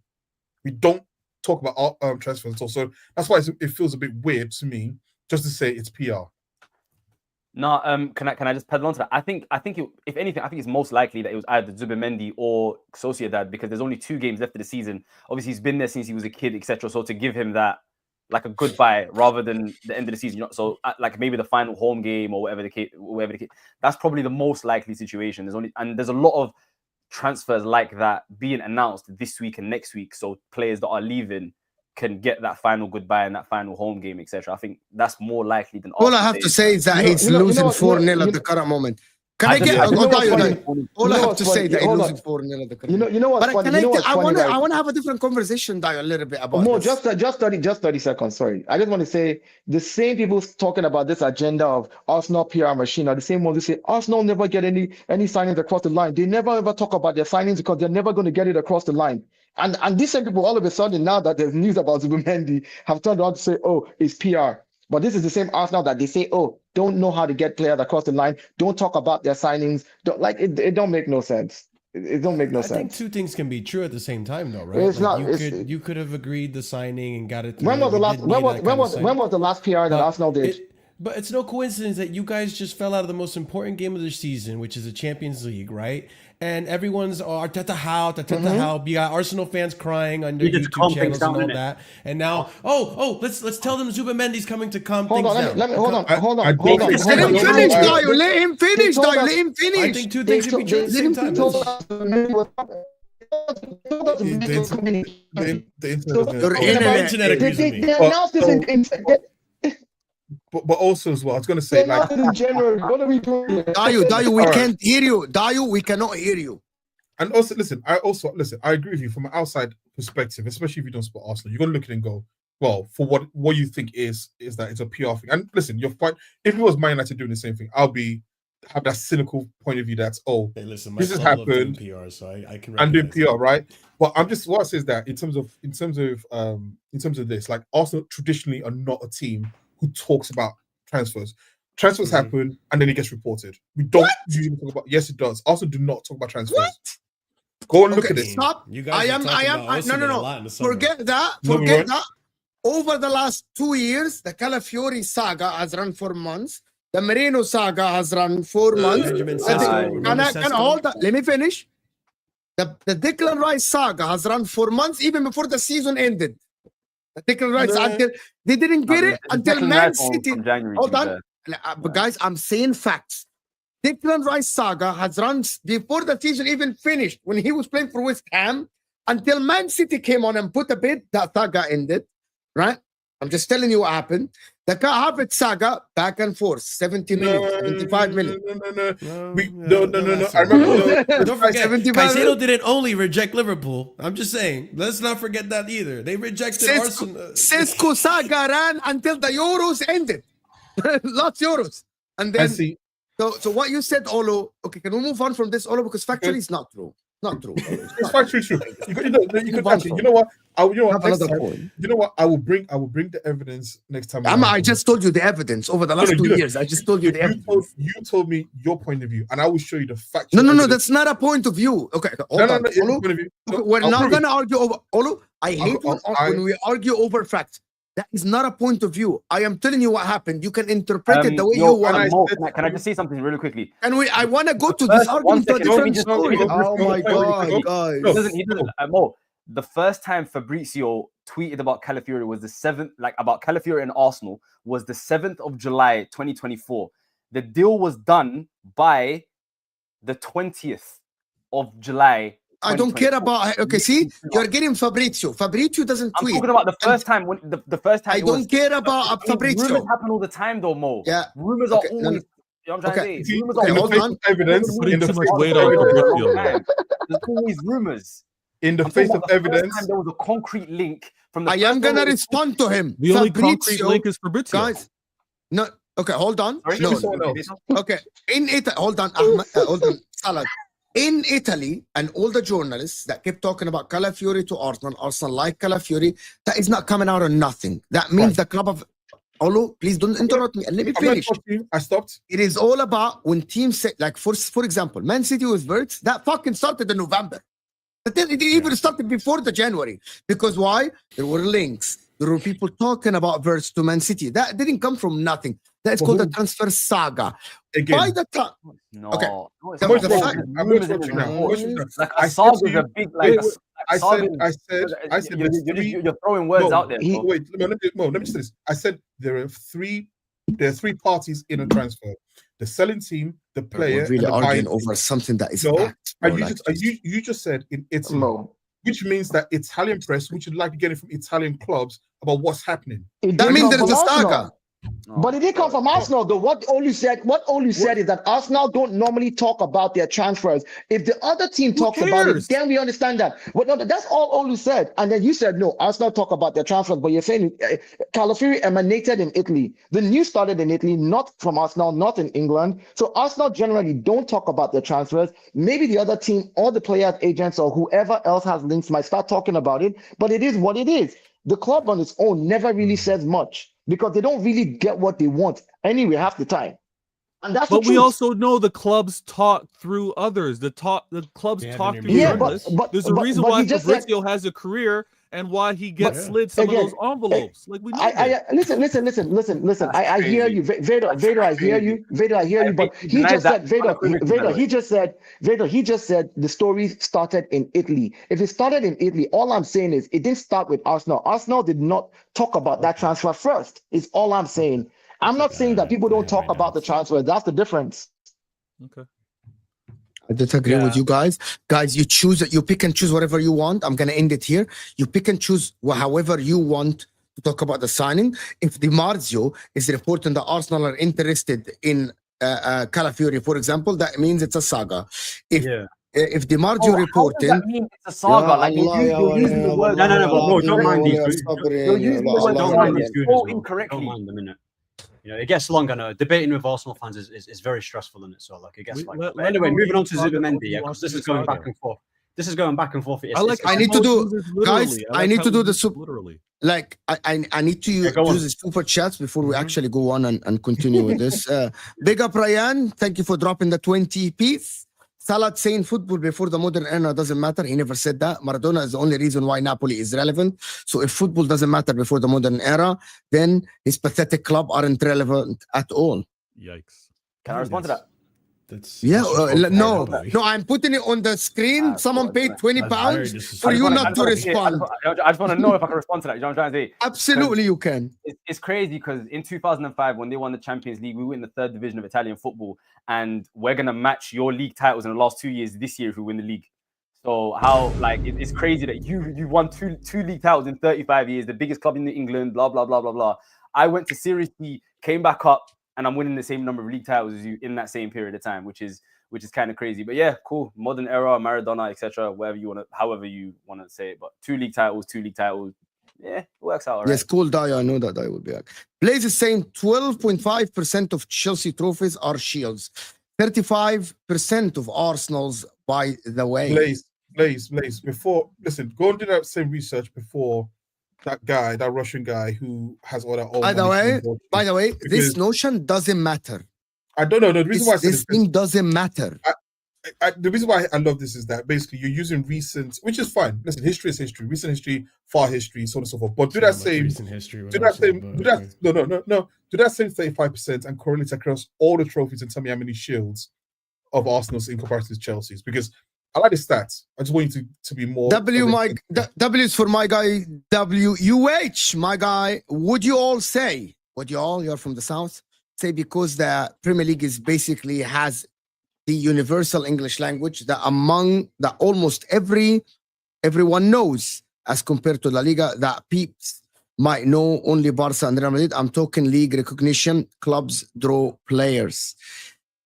My response to this is that the Premier League in the 90s, and Olu, Jamie, and all of us, the older people, in the 90s and the 2000s, the Premier League decided to be the biggest league in the world. The way they did that is by producing the best product out there. I'm an Italian, like I used to support Inter and I used to watch Milan, Juventus. But on TV, the Premier League is the best product. La Liga now are just catching up to them. Real Madrid and Barcelona are always going to be big. But the rest of La Liga are not as known as the Aston Villas, as the, you're talking Spurs. The product, I live in America, Marshal live in America. On TV, La Liga used to be on beIN Sports. It was a trash production. The Premier League has been on NBC, top-notch games. You would rather, and I'm just saying, you would rather watch Brentford play Brighton on TV than fucking watch Atletico Bilbao play Atletico Madrid. Do you know why? Because the game just looks better on TV. It just looks better. Let me add something to that as well. Let me add something to that as well. Also, the Premier League decided to do something which was very smart, which was have a collective bargaining for the TV rights. So in La Liga, Real Madrid, Barcelona, Atletico, all the teams also they negotiate their own rights. So there's a big disparity. Yeah, there's a big disparity between Real Madrid and everyone else. Someone left. I don't know. Yeah. Whereas I said that this year as well. But the Premier League said actually everyone will have an equal share of the rights, which meant that they're all working together. So that helped improve the sort of the TV rights. I swear to God, when I moved to America first in 2012, I didn't know where to watch Serie A in America. But you open the TV, NBC, right away, the biggest channel in America, Premier League. Studios, fan fests, everything. People don't realize that the Premier League is not big because of the teams. It's because they know how to build the product. Which is great. People say you know what it is, though? So Southampton, for getting relegated, I believe money-wise, TV-wise, will pick up £105 million for finishing 20th in the Premier League. Atletico Madrid, for finishing maybe third, receive €120 million. Yeah, it's actually that's why teams like Aston Villa and Bournemouth buy players now and give them more wages than mid-table La Liga sides. I need to move on. I need to move on from the TV. I know, very quick. There was a year I looked at it, and it was Southampton as well, funny enough, and they had made more money than AC Milan that year from TV, which is absolutely insane. All I have to tell you guys is that the team that made the most out of Champions League this season, even if we lose the final, is going to be Inter, because we produce the best results. We don't. Do you remember a player called Ravanelli, the Juve player? Yeah, 100%. Yeah, he went. And Middlesbrough in 1996 or something paid like a world record transfer fee for him. something crazy for him. And this is Middlesbrough, by the way. That just shows. Sorry, him and 97, Jorginho. 98, yeah, I need something to, like 96, 97, something like that. It's just it just goes to show that it was around that time when it became the Barclays Premier League or like the modern Premier League. That just shows like the power shift. And it was around that time where Serie A kind of started falling off because the money. Because at the time, like between the 90s, the Serie A was by far the best league, all the best players in the world. Do you remember Inter going to Barcelona and say, well, all I have to tell you guys is that I grew up when Inter went to Barcelona and said, who's your best player? They said R9. Okay, we'll pay that world transfer fee for him. Just give me. That was the Serie A. Like, you know what I mean? Van Basten, Ruud Gullit, and all these guys. It used to be like, who's your best player? This guy. Okay, just bring him to the. I remember Paul Ince going to Inter. And like, who's like Paul Ince, an England superstar? Bring him to Inter. You know what I mean? It was like this. Yeah, it was like this. But things change. AMT saying Arsenal relatively big in size but small in stature. What does that mean? Okay. How do you quantify that? So, like, what do you mean by that? I'm not going to lie in it. Arsenal's stature among the big clubs will always be questioned because of the lack of European success, right? I think like as much as I like Arteta, I used to hate Arsenal, but I'm a big Arteta fan. But like your stature in European football will always be. I mean, your stature in football in general amongst the English elites will always be questioned because of the lack of. AMT, I need to league, by the way, not even like a UEFA Cup when it was the one. So you saying? I need to finish super chat. There's a way more important part of the show that we haven't done yet. I'm the Arsenal fan. Let me answer the question. So in terms of European glory, in terms of European glory, you're correct. Arsenal don't have any sort of say in European glory. If you're talking about it just factually, no, we don't. And you know what? As an Arsenal fan, I'm comfortable saying that. We've never won the Champions League. We didn't win the UEFA Cup when it's the UEFA Cup. We all won the Europa League. What if we've got the Cup Winners' Cup and the Fairs Cup? That's what it is. So what? Like one day, hopefully, we win it. That's my hope. You might be able to win that. I don't know, man. I think we're cursed, man. They were kind of close this year, man. Without all the injuries. I am gonna. Muhammad Noor is saying, shout out to my guys. I love you so much. Muhammad, big up, Habibi. Just a friendly reminder that Liverpool Football Club are Premier League champions. I'm just gonna tell you something. Liverpool have been the best team in the biggest team in England, and they are now the biggest team in England. But why? Because thank you, Muhammad, for that. Because the number of trophies, it works like this, bro. Look, I think Man United and Liverpool sit at the top table and everyone's underneath it. Yes, okay, let's just say that. I need to move on. I wouldn't disagree with that. I just As an Arsenal fan, let's talk about what is a 10 out of 10 window. We're going to talk about that now. Mo, actually, you have convinced me that trophies really don't matter. When we add another UEFA Champions League to our name, it will be a long summer for certain bottling clubs. But you're not going to add a Champions League this place. But he's talking about the Conference League. That's the Conference League doesn't matter, Blaze. Blaze, don't be disingenuous. It doesn't matter. It doesn't matter, Blaze. Okay, I'm going to ask the question. Arsenal getting Zubimendi, they're linked to Gyokeres. Ahmed, you haven't spoken for like 45 minutes. Does that mean they mean business and they're serious next season? Can we have a serious talk? Yeah, I'll be serious. If they get Gyokeres and Zubimendi, they're going to win the title. Still no. And still no. They still won't win the title. Because, no, I'm going to talk about Zubimendi as well. Zubimendi is a good player. Right, I do rate him. I would have done at Man United. I would have taken him. He's a good player. He'll offer, he's got his strengths and Arsenal will benefit. But you talk about, is that enough for them to take it over the line and close the gap between Liverpool and Man City might come back as well this season? I don't think so, because with Gyokeres, we still don't know if he can bag the same amount of goals. He probably won't, bag the same rate that he's bagging in the Portuguese league, in the Premier League, which is obvious, But we don't know how that's going to turn out. So that's still unknown. With Zubimendi, he's a good footballer from what I've seen of him in the Euros. Sociedad, he's decent. I know we knocked him out, but he's decent in it. Like, he's a good player, but I don't know, bro. I don't look at the signing and I'm like, oh my days, this is scary. If he went to Liverpool, then my tune will be different because their team is better and they've got a better manager. But overall, nah, man, I don't think they're going to win it. I think it's beyond, by the way, it's beyond, they need to address this position, that position. It's beyond that. They just need to, they don't have a single player in this team that if they don't follow Arteta's instructions, they can just do something out of nothing. None of them can do that. They need something different. They need a player with X factor, man. That's what they need. And piggybacking off of Ahmed's point, I think one thing too that we got to take into account is this is I'm not trying to banter here. This is 6 years You into the Arteta project, right? You just crashed out of the Champions League the way you did. Desperate throw-ins and all this and that. By the way, they didn't crash out. Okay, can I hold on. 3-1. Come on now. Okay, 3-1 against PSG is not that bad. I mean, the scoreline did flatten PSG. It's like it's like saying Saga. You're using it wrong. It's not a crash out. That's what I'm saying. Okay, My actual point was. I actually like you, my guy. You know, if you're a City fan, we'd be very good friends. Genuinely. My point being is that how many of these players are now going to start to turn the other cheek and think, you know what? I don't think it's going to happen to Arsenal. I need to find a move away. On top of that, you're losing Jorginho and you're losing Partey, and then you're getting one midfielder to replace two. Like, I don't know how you made the conclusion that they're losing Partey, but that's not like the window. Hold on. Let me ask you. Is the window even open? Fans are so sensitive. The window is not. The window is no.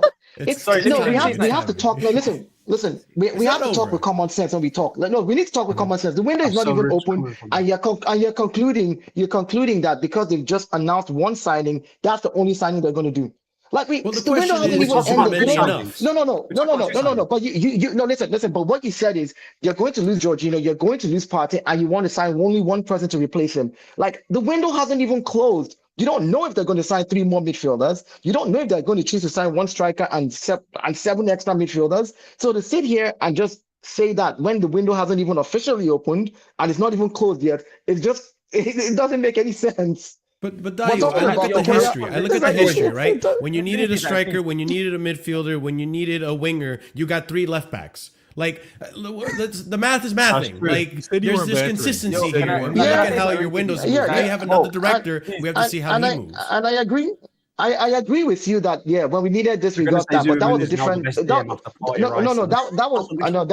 what nobody's saying all that nonsense. Ahmed, you don't have to always banter. Look, we're talking seriously of football. That was based on a different sporting director who did that. A different sporting director has taken the reins now. I'm not going to blame the mistakes of the past that Edu did on Berta. Berta seems to be moving like he knows exactly what he's doing. So I'm going to give Berta his window to see who he brings in, and then I can then criticize and say, oh, for me to turn around now, if it was still Edu that was there, then I would be expecting the same trend because that's his nature. But it's a different person now. The same way your club got a different owner, and you guys have had to change the way you guys used to behave from under Abramovich, right? So it's just normal. This is a new sporting director. He looks like he knows what he's doing. I'll give him the summer window. Let's see what he brings in. Then I'll judge him. But I wouldn't make a conclusion right now based on anything. Let me say something really quickly. Wait, no, I'm saying something. Really, Olu, I've been trying to talk for a minute. Let me just really quickly. I actually agree with Ahmed's point, and I agree with the Chelsea brothers' point in terms of like. Marshal. His name is Marshal. Marshal, sorry. No. You don't have to be sorry. You didn't know. It's okay. Yeah, I just feel like he's not famous like me, vATOR or Jamie. I feel like neither of you answered Mo's. He's finding his way. I feel like neither of you answered Mo's actual question. Mo said the fact that they've completed this signing already, does that mean they're serious?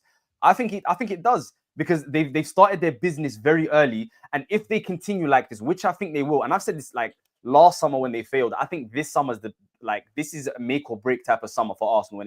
I feel like if they don't get a striker, which they've needed for 3 years, if they don't get an actual game changer like a Nico Williams or a Rafael Leao or one of those type, like that caliber player, like it's over for them.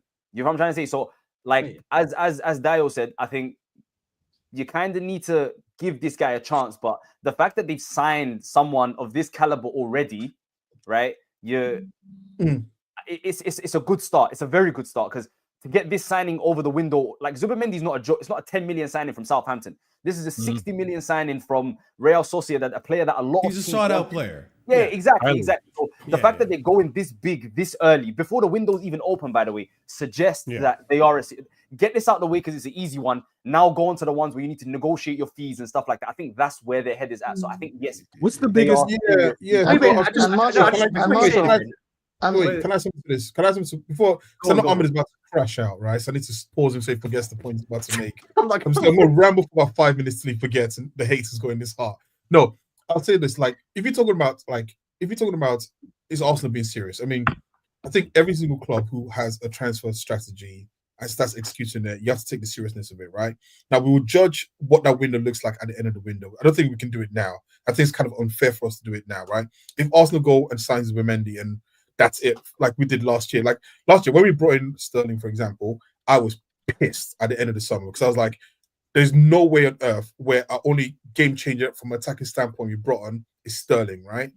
That for me was awful. That was like the worst thing that could ever happen because I hated Sterling at Man City because I always thought he missed so many chances at Man City. Whoa. Sorry, vATOR, but I hated him. vATOR, we're not gonna go there. But like he's banned. I'm sorry. Forget about I'm it. sorry. It's not one banter. I'm being serious. This is me. So you never liked him. If you hated him at City, you must have never liked him. Okay. There was a I never liked him. I think he's a rubbish player since he was at Liverpool. I agree, by the way. Wallahi, I agree. I think Sterling is the most overrated player in English football history. Oh, you know those people that put in Premier League wingers conversations, you know? Wait, vATOR. Genuinely. vATOR, you can go on YouTube and type in Raheem Sterling back post misses. When you have a YouTube compilation of you missing the back post, that means that's something you do all the time. And I used to think this guy used to miss so many easy chances. But anyways, that's besides the point. The point I was trying to make is that we will judge the winner at the end of it. Now, in terms of winning the title, I think you always give the champion the advantage. It's like boxing, right? You come in with a title, the champion gets the advantage. So for me, despite whatever Man City do, Liverpool have got the advantage. That's it, right? That's what it is. Everyone is playing catch up to them. We will see if Arsenal's seriousness in terms of learning from the pain, because I've always argued this, like outside the season, 2 minutes, outside the season, like the trajectory of Arsenal is always going upwards in terms of points. And even look at like even European, like in Europe, we went from not being in Champions League to quarterfinal to semi-final. So objectively, Arsenal have actually been trending upwards, right? The difference is that we haven't won anything behind that. So it does make it look a lot worse than actually what's happening. The difference this year is obviously that we've dropped more points than we did last season. Because last year we got 89 points. The year before that we had like 82. So like objectively, if you just look at it objectively, Arsenal have been getting better. This season has been a massive dip, but even with the massive dip in points, Arsenal still made a semi-final. Yeah. The point will now be, can Arsenal do the extra 10, 15, 20% that's needed on two fronts players? You must have read Arteta's book. This sounds like genuine good excuse. Marshal is great. I'm not. No, you just sound like Arteta. It's like, oh, we were the better team. Like, what are we doing now, man? Measure of you look at the league. You guys are making progress in the league, and then 2 seasons afterwards, you're not as near as you were 2 seasons before. Martinelli fell off. Odegaard looks like a shadow of himself. You know, you overused Saka. You ran him to the ground. Like, so can I argue this point though? The thing I'll ask you is this an outlier of a season? I.e., is this one drop in the sense of like look at Man City? We'll argue it's Man City a drop. The season when Liverpool won the league and then next season they won 4 leagues in a row. Like this is definitely you're missing my point. You're the worst season. You're thinking about the end results. I'm talking about the performances, right? Okay, I'll take Liverpool. Liverpool won the league. They dropped off. Then it went back to challenging again. So that season they dropped off was an outlier, right? Yeah. So what I'm saying is next season, is this the trend for Arsenal continuing? I.e., we've reached a peak and we're now on the way down, or is this season the outlier in terms of the fact that actually we didn't perform as well? And next season, but the only way we'll know is if we get better players than we got right now and perform better than we did this year and closer to what we did last year. And that I can't tell you until I see it, right? I mean, you're not wrong. I think we'll see, because I do think some players are going to start turning the other cheek. They're still going to be allured by other teams, I think. I think this season, or the way the Champions League ended, and that was, your bread and butter for the season. That was the only thing you were fighting for towards the final weeks of the season. You fell out of the title race. I think some players are going to look at that and be like, I'm done with this project, and maybe move on. Can I ask you the same question, Marshall? Do you think Cole Palmer, if you don't challenge next season, he's going to leave the club? I mean, he's got a 9-year deal, so it's going to be very difficult. So that, he's on a prison contract. Is that your reasoning why he would stay? So he wouldn't want to stay, but the only thing that will keep him at the club is the deal. So you don't think that players now can throw a tantrum? That's a big part of it. I think that's a big part of it. I think that deal means nothing. That's my opinion, and I'm not bantering. The reason why, because a player is not stupid. He's not going to sign a 9-year deal contract with Chelsea, not knowing where the future lies, right? If the plan doesn't go as he thinks he is, he's going to fear for his future, and he's going to throw a tantrum like Harry Kane did, like other players did for other clubs, and say, I want to go, right? Yeah, no, I don't disagree. Like that is just big one for them is UCL, What's the this is to the Arsenal fans. What's been your biggest window in terms of spend? Like the way it's tracking right now, this is probably gonna be a Probably record the transfer Declan of Rice summer, one, right? This probably would be. 200 million in the summer of Declan Rice, if I'm not mistaken. No, I thought it was the year before when we bought like 5 players at once, like Jesus, Ben White. 65 for Havertz, 110 for Declan Rice, you're right. and who else? And who else did they sign Wasn't it the that same when year? they got Jesus? And Timber, I think we got And Timber as well. Timber for like 30 or 30, something 30. similar. 35 30. So years. over 200 million pounds were spent in that window. So that is a lot of money, to be honest. Fair enough. I thought it was the one with Apparently Vieira, it's plays, isn't it? Ben White, and Ramsdale. So nobody believes. The problem is one game of the Champions League made people not believe in Arsenal. One game. Wait, It's who not doesn't one believe in game. Arsenal? It's a recurring factor with them. Like No. But that recurring factor was happening before the PSG game. Also, by the way, Did guys, you have? Okay, there's one. If people had this opinion on Arsenal before the PSG game, I would respect it. But if people change their mind because Arsenal played away against a better team, in a more experienced coach, in a team that has more weapons and lost 2-1, right? I think you need to revisit your game. They also lost to us. Does that make sense what I'm saying, guys? Mo, even if you exclude the Champions League, they lost to United with 10 men in a cup. We Lost to drew. Newcastle 4-0 in a cup. No, we drew with you. It was 1-0. You lost on penalties. Guys, But you we- have yeah, but to we still drew. believe. Also, guys, but it's not even about the PSG game. Guys, In my wait, eyes, wait, Arsenal are wait, second favorites for next do season. you notice what I did there? I genuinely I've- believe if I've- Arsenal get wait, Gyokeres and Zubimendi, okay, I genuinely believe if Arsenal get Gyokeres and Zubimendi and get the reported left winger they are linked to, which is a Semenyo. Imagine they get just 3 signings. They get Can I Zubimendi. just get the They point? got Been saying this for the Gyokeres, past Rafinha 4 and years. Leao. It's raps, bro. What's Raps? What's Leao going to do this? No. Okay, Salad, that is when people take it too far and say it's raps. What do you mean? Like, khalas, they're going to win the league? Arsenal are second best for the league.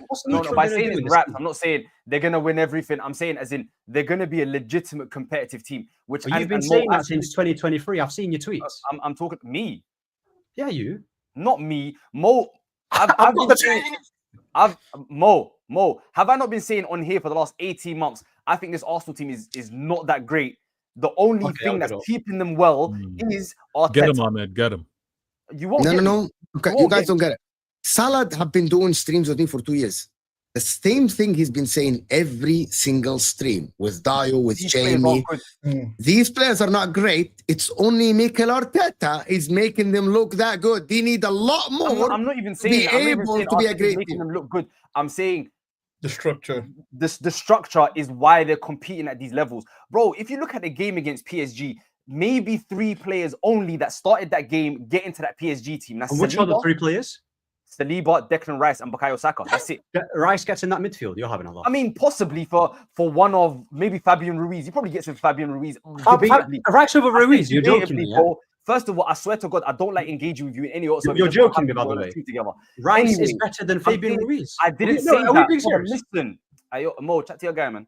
Ahmed, let him finish, and then you can respond. I'm saying debatably. I'm saying Saka definitely, Saliba, and maybe you can fit Rice in there at some point. Over who? So wait, Ahmed. Okay, let's hold on. Olo, don't wait. One second. Let's just get it straight. So you said 3 players. You said Rice over Ruiz, and you said Saka over Dembele. So those 2. So you're telling me with a straight face that Rice and Saka are better than Ruiz and Dembele. Maybe. I mean, not Dembele, but he starts over Doué. Dembele's been playing false 10, false 9 for them every single game this season. Anyway, it's been Kvara, Barcola. Dembele started every single game for them in the false 9 position. Can I add this as well? If you go back to the PSG game, right, and go back to second leg, because I think what happened in the first leg made people look at the second leg slightly differently. PSG were not great in holding on to the ball in the second leg. Like everyone said, the technical level, like no one won't be able to get next to them. That first half of that game, they could not pass the ball like to each other. They were losing the ball. We were constantly getting the ball back. That's why Arsenal were actually more in their ascendancy in terms of attack. I would say Arsenal controlled that first 25 minutes before they got the goal better than any team I've seen against PSG since the turn of the year, right? Arsenal actually tried to choke him into the... And so when I say structure, I mean that Arsenal, and to Salah's point, I think the structure of the way Arsenal play is actually very difficult to beat, right? I'm not saying it's not impossible to beat because people sometimes misconstrue that. I think it's difficult to beat. The problem is going to be individual differences in terms of what players can do.